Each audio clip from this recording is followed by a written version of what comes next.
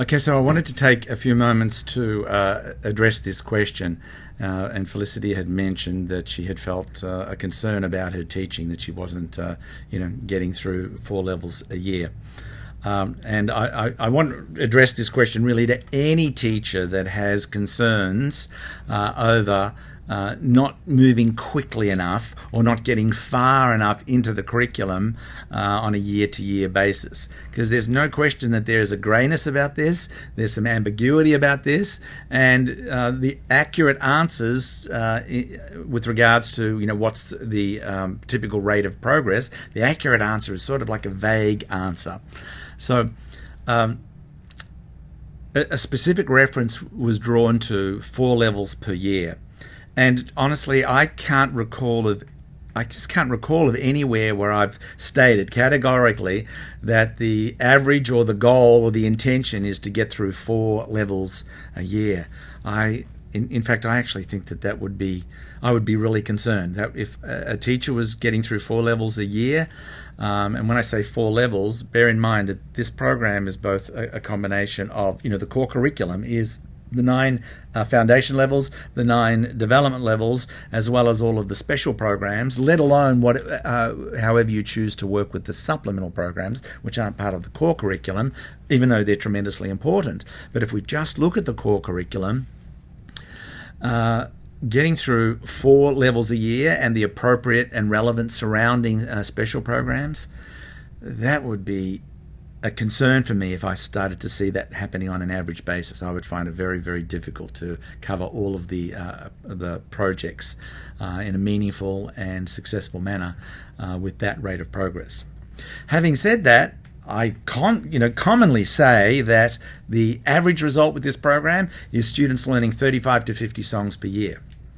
And if we say, well, the foundation levels have got an average of, say, 10 songs, particularly in the earlier foundation levels, so that's isn't that 3.5 to 5 levels a year? Well, no, because it really isn't accounting for all of those other projects that I'm talking about. So you'll also hear me say that if we look at the core curriculum, 9 foundation levels to the 9 development levels and all the special programs, that it's designed to unfold over a 6 to 10 year period. Just look at the foundation program here. If it was 6 years to get through the 18 levels, well, so the high end would be about 3 levels a year. When we talk about it potentially taking 10 years to get through the 18 levels, that's 1.8 levels per year. So if we were to use that as a standard of measure, we could say 1.8 levels a year, up to 3 levels a year. But even so, a student doing less than 2 levels per year, that would be considered, still within what I'd call the norm, but just a slower version of the norm. 3 levels a year would be the high end. Not that that's any better, that would just be moving a little more quickly, doing a faster version of the norm. And in any of those instances, I'm also talking about making sure that we have fully mined and explored all of the additional surrounding content. Variations, arrangements, compositions, improvisations, accompaniment projects, lots and lots of content. Now, drilling in and getting more accurate, we actually drill in and get more vague. So does that mean that every variation counts as another piece? No, it doesn't. And this is where you have to sort of weigh it up. For example, we learn Dreams Come True in the key of C, and one of the variations, we're just going to take that and we're just going to move it up 1 note and drop it into a minor key, so now it's in the key of D minor. Now, the actual amount of learning that was involved, even though the song sounds different, it's got a different tonality altogether, different mood from major to minor, there was no real learning involved, new learning. So in your instance, even though you may have that written on the playlist, I wouldn't necessarily see that as constituting, wow, I've learned 2 songs. If we look at adding in the little bridge, the transition piece from Night Storm, where we've got our first section, da da da da da da da da da da da dum, ba da da da dum. running up the 5 steps of sound. Okay, a variation's added in there, but it doesn't really constitute a new learning. However, if we were to take, some of the arrangements where we're looking at, potentially at Für Elise, where we're turning, a simplified classical piece into a more sophisticated sounding jazz ballad, well, that's a completely different learning, body of learning that's involved in that. And so that may be something that you would consider to be, hey, this is one of the 35 to 50 songs that are the average. So that isn't necessarily for me to answer. I would just ask that you use common sense there. And so let's also dig into what we talk about the average when I talk about 35 to 50 songs. You'll also hear me say elsewhere where I talk about 3 types of normal, and I call those a 1-to-1, a 1-to-2, or a 1-to-3 ratio. Let's talk about them. A 1-to-3 ratio is where a student on average, after a year of lessons, and remember, when I say a year of lessons, I'm not talking about a calendar year. I'm talking about 52 or 50 lessons.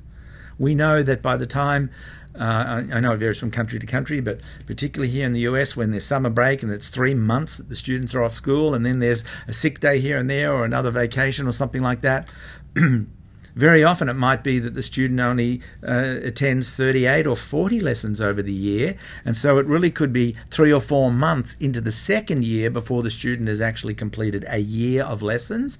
And I would recommend, incidentally, that you use the 1 year of lessons as a frame of reference. It's more accurate and more powerful than basing it on calendar years, because the participation in calendar year can vary enormously from student to student. But 50 lessons is 50 lessons.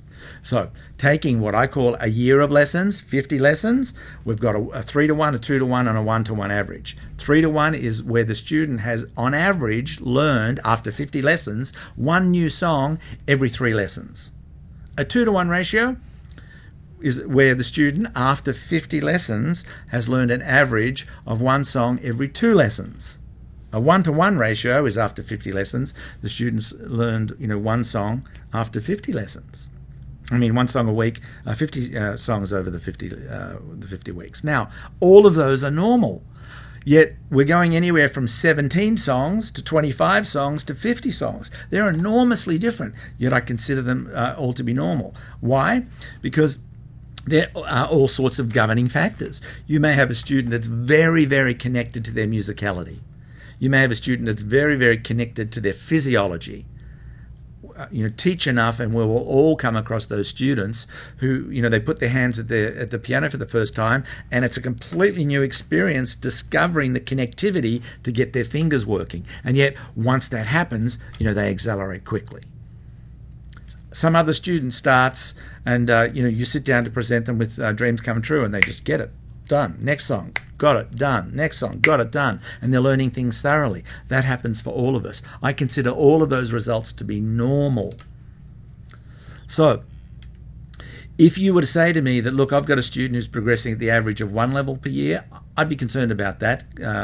If that was a norm for you, never talking about the exception, if that was the norm, I would want to be looking at why that would be a rate of progress that I would consider to be, I'd want to be hearing that there are extenuating circumstances surrounding that.